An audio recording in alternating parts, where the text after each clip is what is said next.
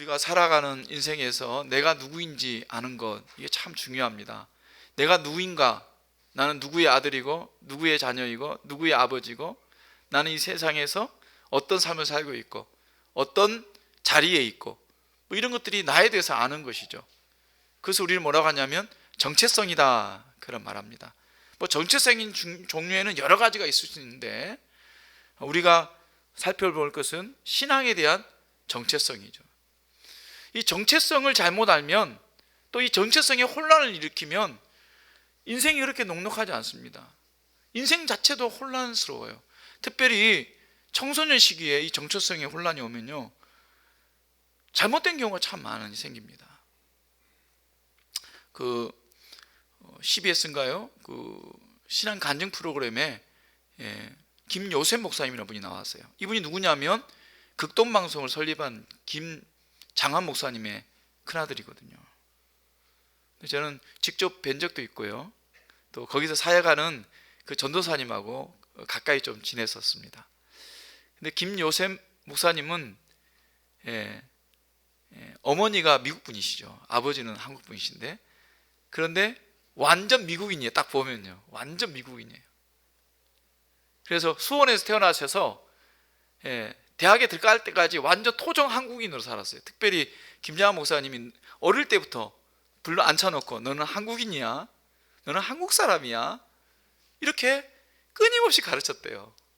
그런데 자기는요, 학교를 가면 아이들을 만나면 전부 다 외국 사람을 아는 거예요. 길거리 가도 한국말을 하면 전부 다 눈이 동그래져서 한국 사람이세요? 이렇게 물어본대요. 자기는 너무나 한국 사람인데 겉으로 나타난 모양이 미국인이니까 그렇게 오해를 받는다는 거예요. 그래서 어릴 때는 이것 때문에 너무 스트레스를 많이 받아가지고 그 간증에서 그런 이야기 하더라고요. 왜 우리 엄마는 한국 사람하고 결혼해가지고 나를 괴롭히는 거야? 자기한테 허락도 받지 않고 이렇게 이야기를 했다고 하더라고요. 그런데 그분이 미국에 가서 대학을 들어갔어요. 미국에 갔더니 영어를 잘 못해가지고 영어 울렁증이 생겼대요. 그래서 이제 미국에서 이제 신학을 하게 됐는데, 그래서 신학을 하면서 한인교회에서 이제 청소년 사역을 했는데, 거기에서 자기와 똑같은 사람을 만난 거예요. 그 사람들이 누구냐면 한인 2세죠. 자기들 모양은 한국 사람인데 미국인으로 같이 사니까 미국 사람이죠. 거기서 태어났으니까. 자기와 똑같은 그런 어려움을 겪는 아이들을 보면서 하나님께서 나에게 왜 그런 어려움을 겪게 했는가, 그러면서 그 아이들에게 자기 이야기를 해주면서 그런 트라우마를 회복하도록, 그것을 이겨낼 수 있도록 이렇게 도움을 주고 사역을 했는데 얼마나 보람되었는지 모른다, 그런 이야기를 한 적이 있습니다. 그러니까 자기 정체성이 흔들리면 정말 힘들죠. 어렵죠. 신앙도 마찬가지입니다. 우리 성도들도 자기의 영적인 정체성을 올바로 알지 못하고 어쩔 때는 이렇고 어쩔 때는 저렇고 왔다 갔다 하면 혼란이 생깁니다. 그러면 어떻습니까? 성도로서의 올바른 신앙생활을 하지 못하죠. 항상 신앙의 갈등을 겪습니다. 그러다 보면 하나님께 주신 풍성한 이 신앙의 삶, 믿음의 삶을 누리지 못하는 것이죠. 오늘 말씀은 성도로서 우리가 어떤 존재인지 그 정체성을 분명하게 보여주는 말씀입니다. 기왕 우리가 신앙생활을 하는 것, 여러분 성도로서의 영적인 정체성을 올바로 깨닫고, 그래서 정말 하나님이 기뻐하시는 신앙생활을 해야 되지 않겠습니까? 오늘 말씀을 통해서 그러한 우리 정체성을 잘 깨닫는 시간이 되기를 소원합니다. 우리 1절 2절 말씀 보면, 그런데 우리가 무슨 말 하리요? 은혜를 더하게 하려고 죄에 거하겠느냐? 그럴 수 없느니라. 죄에 대하여 죽은 우리가 어찌 그 가운데 더 살리요? 오늘 뭐라고 하냐면 우리가 죄에 대해 죽었다, 그렇게 말씀하고 있습니다. 그리고 또 그 다음 절에 가보면 장사됐다, 이렇게 말합니다. 죄에 죽어서 장사를 치렀다는 거예요. 장례를 치렀다는 거죠. 죄에 죽어서 장례를 치르면 어떻게 됩니까? 무덤에 묻혀버리는 거죠. 그러면 다시 일어날 수 있습니까? 못 일어납니다. 다시 말할 수 있습니까? 말하지 못합니다. 다시 고개를 이렇게 내밀고 간섭할 수 있습니까? 다른 사람 일에 간섭 못합니다. 그게 죽은 사람이죠. 그래서 우리 성도들은 죄인 되었을 때 그 가지고 있었던 옛사람으로부터 완전히 죽은 자입니다. 한번 따라서 해볼까요? 나는 죽은 자입니다. 네. 나는 이렇게 살아있는데 왜 죽은 자라고 하나? 그래서 뭡니까?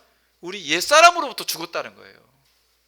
예수 믿기 전에 죄로 인해서 죄 가운데 살다가 죄 가운데 죽을 수밖에 없었던 그런 옛사람의 인생으로부터 우리가 죽었다는 거예요. 그래서 지금은 새 사람으로 살아간다는 것이죠. 그래서 오늘 뭐라고 얘기합니까? 1절에 은혜를 더하려고 죄에 거하게 되냐? 죄를 지으면 하나님께서 그 죄를 깨닫게 해주셔서 은혜를 주시거든요. 근데 그것을 맛보면 너무너무 좋죠. 그런데 또 죄를 지어요. 그럼 하나님께서 우리를 가만 냅두지 않으시고 돌이키도록 은혜를 주세요. 그런데 여러분, 그 은혜가 좋다고 해서 계속해서 죄를 짓겠습니까? 그럴 수 없는 것입니다. 왜냐하면 우리는 죄에 죽었는데 왜 자꾸 무덤에 자꾸 살아나려고 하느냐, 다시 일어나려고 하느냐, 그 말씀을 하고 있는 것입니다.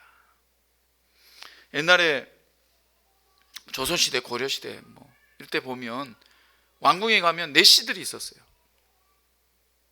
이 내시들은 남성이 죽었죠. 그래서 이 내시들은 어디든지 다 갑니다. 궁녀들 모인 데도 가고, 왕이 부른 데도 가고, 남자들도 가고, 여자인데도 가고. 여자들과 같이 있어도 별로 문제가 되지 않아요. 왜 그렇습니까? 여자들, 궁녀들이죠. 궁녀들과 만나도 별로 유혹을 받지 않기 때문에 그렇죠. 남성으로서 죽었기 때문입니다. 사탄은요, 죄에 대해서 죽은 자들에게는 간섭을 안 합니다. 죽은 자들에게는 접근을 안 해요. 근데 어떤 사람들에게 접근합니까? 죽지 않은 것 같은 사람들 에게 접근을 해서 유혹을 하고 넘어지게 만드는 것이죠. 죽은데도 불구하고 죽지 않은 것처럼 살아가는 사람을 뭐라고 하냐면 교만한 사람이라고 합니다. 교만함이 있다고 하는 것은 내가 아직도 살아있다는 거예요. 내 생각과 내 뜻과 내 방식과 내 주장이 살아있는 것이죠. 그렇기 때문에 사탄이 와서 유혹을 하는 겁니다.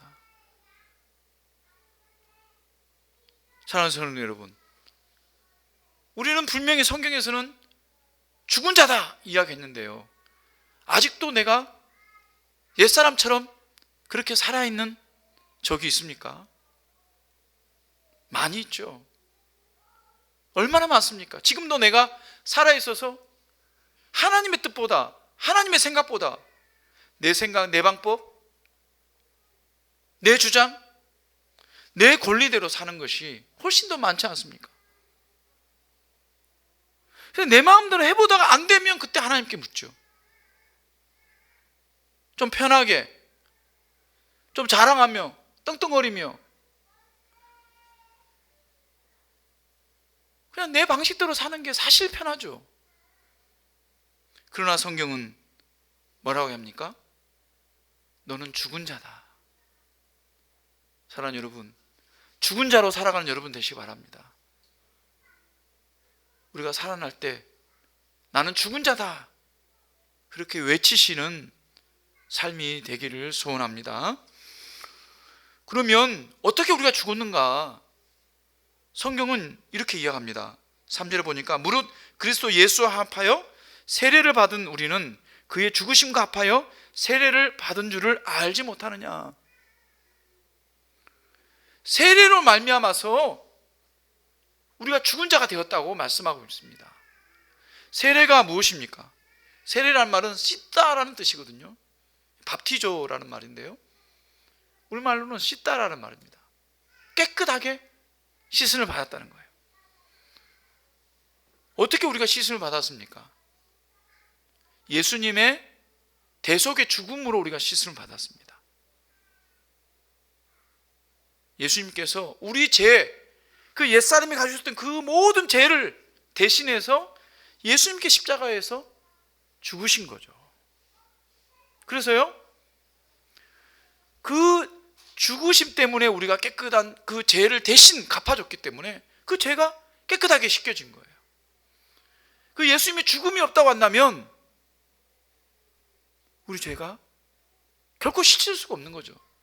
누가 우리 죄를 대신해서 책임질 수가 있습니까?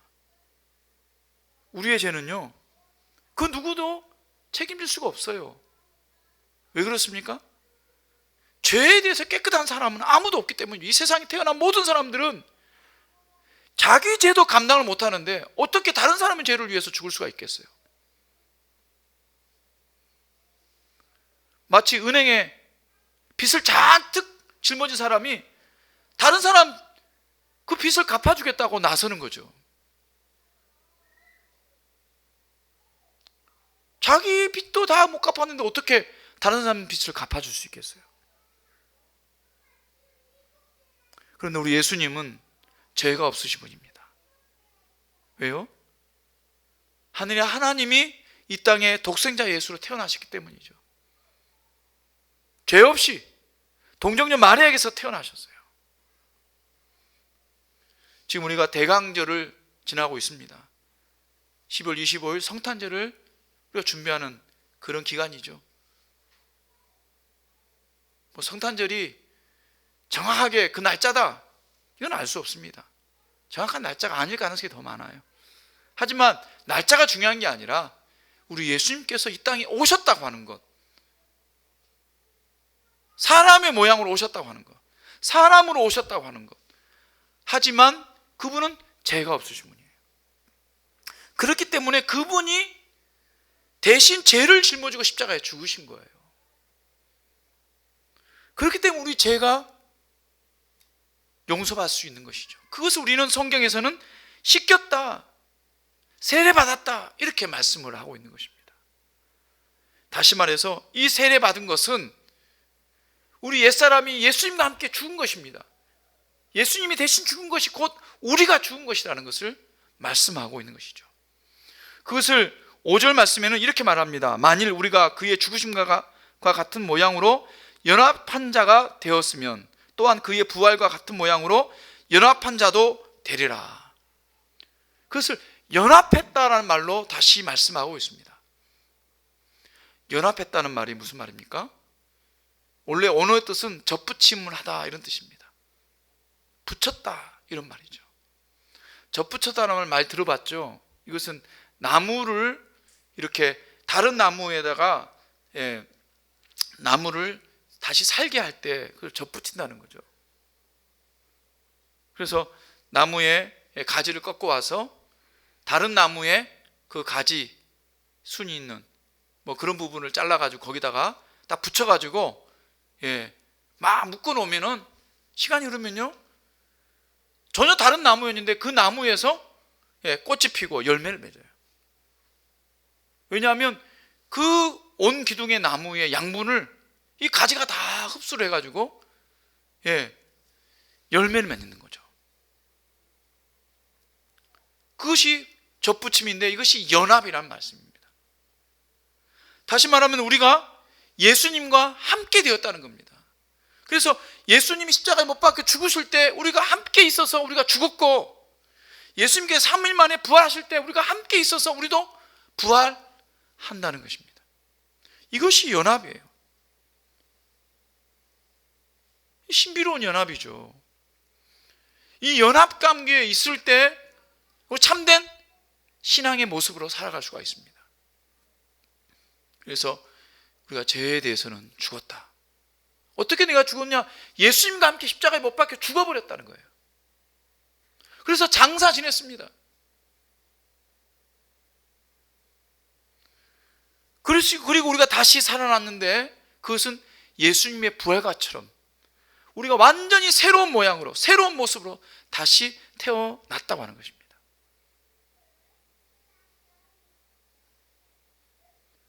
그래서 우리 성도는 예수님처럼 십자가에 죽고, 그리고 이제는 예수님처럼 부활해서 완전한 새로운 생명으로 살아갈 존재입니다. 근데 우리가 완전한 부활의 그 몸을 경험하고 있습니까? 아니죠. 지금은 완전한 그 부활의 몸을 경험할 수 없어요.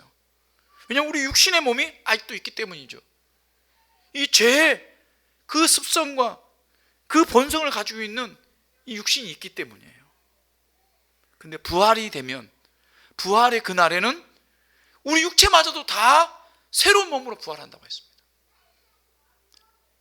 영광스러운 몸으로, 죄성이 없는 몸으로. 그때가 언제입니까? 우리가 천국에 이를 때입니다. 그러면 그때까지 우리가 어떻게 살아야 되냐? 어떻게 해요? 예수님과 접붙임되어서 살면 됩니다. 그래서 그것을 예수님께서는 요한복음 15장에 포도나무와 가지 비유로 말씀했어요. 이런 말씀해 주셨죠. 내 안에 거하라, 나도 너희 안에 거하리라. 가지가 포도나무에 붙어 있지 아니하면 스스로 열매를 맺을 수 없음 같이 너희도 내 안에 있지 아니하면 그러하리라. 나는 포도나무에 너희는 가지라. 그가 내 안에, 내가 그 안에 거하면 사람이 열매를 많이 맺나니 나를 떠나서는 너희가 아무것도 할 수 없습니다. 사랑하는 여러분, 우리는 죄에 대해서 죽은 사람입니다. 하지만 아직도 우리가 이 땅에 있기 때문에 죄에 대한 유혹을 많이 받습니다. 그것을 보고 사탄이 우리를 또 유혹합니다. 그래서 때로는 우리의 정체성이 흔들릴 때가 있어요. 그러나 분명한 것은 우리는 죄에 대해서 죽은 사람이고, 예수님의 세례로 말미암아서 우리가 예수님께 접붙임 받은 사람입니다. 그래서 우리가 예수님께 붙어 있기만 하면 이 어떤 유혹 가운데서 우리가 승리할 수 있는 것입니다. 사랑하는 여러분, 예수님과 함께 살아가는 여러분 되시기 바랍니다. 예수님 안에 거하신 여러분 되시기 바랍니다. 그래서 예수님으로부터 양분을 받고, 예수님으로부터 능력을 받고, 예수님이 주시는 평강을 맛보고 살아가는 저와 여러분 되시기를 주님으로 축원합니다. 그렇게 예수님 안에 살아간 사람은 새로운 인생을 살아갑니다. 그래서 그 전에는 죄의 종로를 했는데 이제는 예수님의 그 자녀로서 의의 종으로 살아가게 되는 것입니다. 그래서 오늘 말씀 8절 9절 말씀에 이렇게 말씀하고 있습니다. 만일 우리가 그리스도와 함께 죽었으면 또한 그와 함께 살 줄을 믿노니 이는 그리스도께서 죽은 자 가운데 살아나셨음에 다시 죽지 아니하고 사망이 다시 그를 주장하지 못할 줄을 알미노라. 우리 10절 11절 말씀도 같이 한번 읽어보겠는데요, 우리 같이 한번 읽어보겠습니다. 로마서 6장 10절 11절 말씀입니다. 시작. 그가 죽으심은 죄에 대하여 단번에 죽으심이요 그가 살아계심은 하나님께 대하여 살아계심이니 이와 같이 너희도 너희 자신을 죄에 대하여 죽은 자요 그리스도 예수 안에서 하나님께 대하여는 살아있는 자로 여길지어다. 아멘. 우리는 이제 살아있는 자입니다. 죄에 대해서는 죽고 예수님께 대해서는 살아있는 자입니다. 그래서 우리가 죄에 대해서는 반응하지 않아야 돼요. 하지만 선한 일, 의에 대한 일에 대해서는 반응을 해야 됩니다. 이게 중요한 겁니다. 우리가 살고 있는 게 예수님 때문에 살고 있는 거고, 예수님과 함께 살고 있는 거고, 예수님과 접붙임되어서 살고 있는 겁니다. 그런 사람은 죄에 대해서는 반응하지 않아야 돼요. 죽은 시체가 반응하지 않는 것처럼 죽은 시체가 말을 하고 손짓을 하면 그건 죽지 않은 거잖아요. 그런데도 우리는 어떻습니까? 여전히 반응을 많이 해요. 고아의 아버지로 부르는 조지 뮬러라는 분을 여러분 아십니까? 한때는 한 20년 전인가 30년 전에는 5만 번 응답받은 조지 뮬러의 기도라는 책이 굉장히 유행했었습니다. 기도 응답을 5만 번을 받았대요. 응답받은 것을 다 기록했는데, 근데 이분은 고아들을 10,000명 이상의 고아들을 영국에서 그렇게 돌보고 또 그런 섬겼던 사람이거든요. 근데 원래 그는 청소년 시대에는 비행 청소년이었어요. 도둑질 하다가 잡히고 도박에도 빠지고 그랬는데요, 그가 대학에 들어가가지고 회심을 경험합니다. 그리고 완전 새 사람이 되어서 60년 동안 고아의 아버지로 살았어요. 그리고 나중에는 42개국을 돌아다니면서 복음을 증거하고 집회를 선교 사역을 했던 그런 분입니다. 한때 누군가 기자가 그런 질문을 했습니다. 당신은 어떻게 이와 같이 놀라운 이런 승리를 할 수가 있습니까? 그럴 때 조지 뮬러가 이렇게 이야기했다고 합니다. 내가 죽은 날이 있었습니다. 그날은 조지 뮬러가 완전히 죽은 날이었습니다. 세상의 평판, 좋아하는 것, 싫어하는 것, 원망하는 것, 그런 것 조금도 개의치 않게 되었습니다. 세상의 칭찬이나 비난에도, 심지어 친구나 가족들의 그 칭찬이나 비난에도 완전히 죽어서 반응하지 않았습니다. 그래서 그날 이후에는 나는 하나님께 칭찬받는 일에만 관심을 갖는 사람이 되었습니다. 여러분, 죄에 대해서 죽고 예수님에 대해서 사는 사람이 바로 이런 사람입니다. 세상의 칭찬과 관심과 비난과 이런 핍박에는 죽은 사람이고, 하나님께서 무엇을 원하시는가? 하나님께서 기뻐하신 일에는 듣고 보고 반응하는 사람, 그 사람이 살아있는 사람이라는 것이죠. 여러분은 어떻습니까? 여러분 하루 24시간 사는 동안에 어떤 일에는 반응을 하고 어떤 일에는 반응하지 않습니까? 꼭 반응해야 될 일에는 반응하지 않고, 반응하지 않아도 될 일에는 얼마나 우리가 심각하게 반응을 합니까? 사도 바울도 정말 우리가 존경하는 그런 믿음의 삶을 살지 않았습니까? 근데 그가 어떻게 고백했습니까? 내가 그리스도와 함께 십자가에 못 박혔나니 그런즉 이제는 내가 사는 것이 아니요 오직 내 안에 그리스도께서 사신 것이라. 이제 내가 육체 가운데 사는 것은 나를 사랑하사 나를 위하여 자기 몸을 버리신 하나님 아들을 믿는 믿음 안에서 사는 것이다. 그렇게 말씀했습니다. 사랑하는 여러분, 나는 예수님과 함께 십자가에 죽었습니다. 이것이 우리의 정체성입니다. 근데 또 하나 정체성이 있는데 그게 뭡니까? 예수님의 부활과 함께 우리도 다시 부활할 것이라는 겁니다. 그때는 우리가 완전히 영화롭게 되어서 정말 천국에서 영원한 생명을 가지고 예수님처럼 그런 영광스러운 삶을 누리며 살 것입니다. 이게 우리의 정체성입니다. 그러면 그 사이에 있는 지금 이 순간 우리는 어떤 모습입니까? 죄의 유혹이 끊임없이 있을 수 있습니다. 그것을 안 받을 수가 없어요. 그런데 여러분, 우리가 내 안에 사신 예수님 때문에 그런 유혹에는 반응하지 않고, 반응할 수도 있죠. 그럼 금방 돌이켜야 됩니다. 그리고 오히려 예수님 말씀에 반응하고 예수님의 인도에 반응하고 예수님의 기뻐하신 일에 반응하고 어떻게 하면 기뻐하실까? 어떻게 하는 것이 정말 하나님 뜻대로 사는 것일까? 그런 일에 반응하며 살아가는 것이 우리 신앙인의 모습이다. 우리 성도들의 모습이다. 라는 것을 깨닫는 여러분 되시기 바랍니다. 그래서요, 오늘 13절 말씀처럼 우리 몸을 불의의 무기로 죄에게 내주지 말라 그랬습니다. 우리 몸은 유혹을 받기 쉽습니다.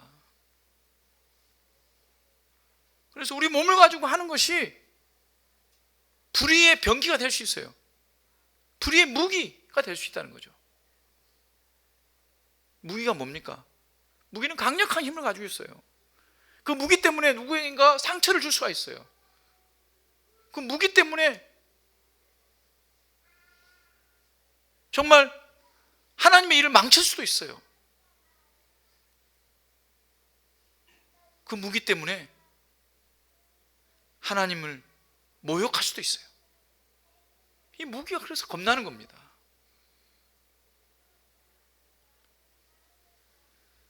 그래서 우리 불의의 무기로 죄에게 내주지 말라 그랬습니다. 대신에 어떻게 해요? 의의 무기로 하나님께 드리라는 겁니다. 이 땅에서 우리의 몸이 의의 무기로 쓰임받을 수가 있다는 거예요. 사실은요, 우리가 천국에 이르기 전까지는 우리의 몸으로 의의 무기로 쓸 수 있는 기회가 주어진 거예요, 사실요. 주님께서 부르실 때까지 우리 자신을 의의 무기로 하나님께 드리는 여러분 되시기 바랍니다. 의의 무기로 하나님께 드려야 돼요. 그런데요, 어떻게 하면 의의 무기로 하나님께 드릴 수 있을까요? 쉽지 않습니다.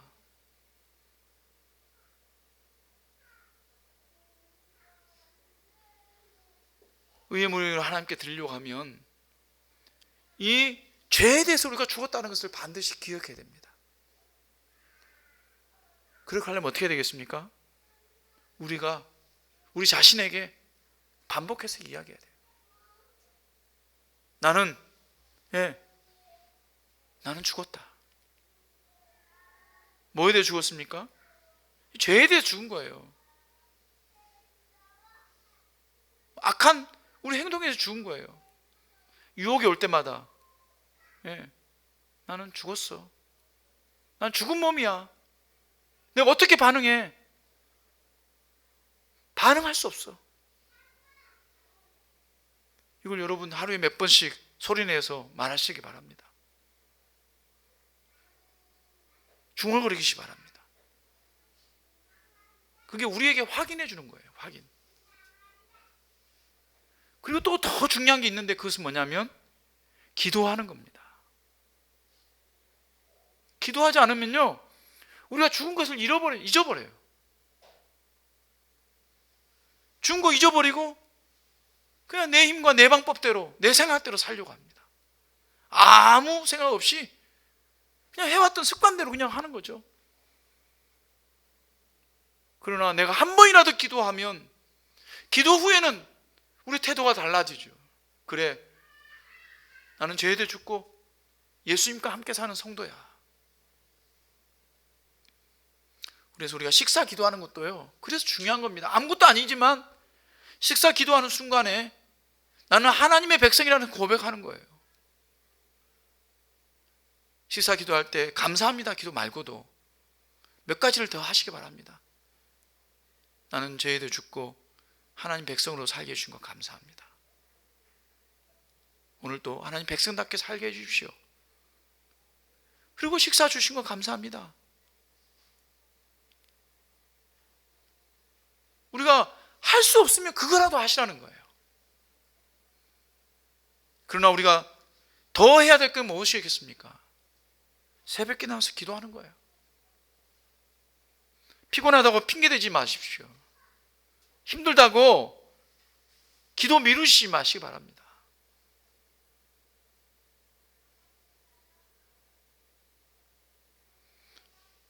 만약에 또 그렇게 하지 못하면 집에서라도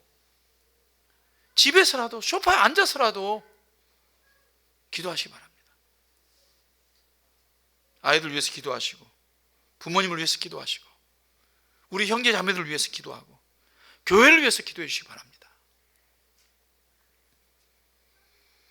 뿐만 아니라 적극적으로 헌신해야 됩니다. 우리가 예수님과 합하여 사는 사람이기 때문에 하나님이 기뻐하신 일에는 우리가 반응을 하게 되어 있어요. 아, 정말 저러면 좋겠다. 아, 저렇게 하면 하나님 기뻐하시겠다. 그게 생각나면 그 반응하는 거예요. 그럴 때 여러분, 생각만 하지 마시고 헌신하시기 바랍니다.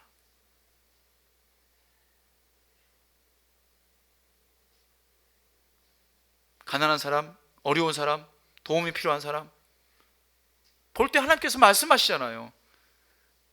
반응이 오잖아요. 그럴 때 여러분, 그냥 주저앉지 마시고 헌신하시기 바랍니다. 행동으로, 말로, 기도로. 그럴 때 하나님께서 기뻐하십니다. 그럴 때 우리가 죄에 대해 죽고 의에 대해 사는, 의의 병기로 우리 자신을 드리는 인생이 될 줄로 믿습니다. 사도 바울은 고린도전서 15장 부활장이죠. 부활장에서 이렇게 고백했습니다. 형제들아, 내가 그리스도 예수 우리 주 안에서 가진 바 너희에 대한 나의 자랑을 두고 단언하노니. 사도 바울은 자신이 자랑거리가 많이 있지만 자랑하지 않았습니다. 다 그 자랑거리를 다 배설물로 여긴다 했습니다. 근데 사도 바울이 자랑하는 게 무엇입니까? 사도 바울이 자랑한 거, 너희에 대한 나의 자랑을 두고 단언하노니. 나는 자랑한다는 거죠. 이것만은 내가 자랑한다. 나는 날마다 죽노라. 여러분, 우리가 죽지 않으면 그냥 썩어집니다. 하지만 우리가 죽으면 날마다 의의 병기로 하나님 앞에 영광 돌릴 수 있는 인생이 될 수 있습니다. 여러분, 나는 죽고 예수로 살아가는 여러분 되시길 주님으로 축원합니다.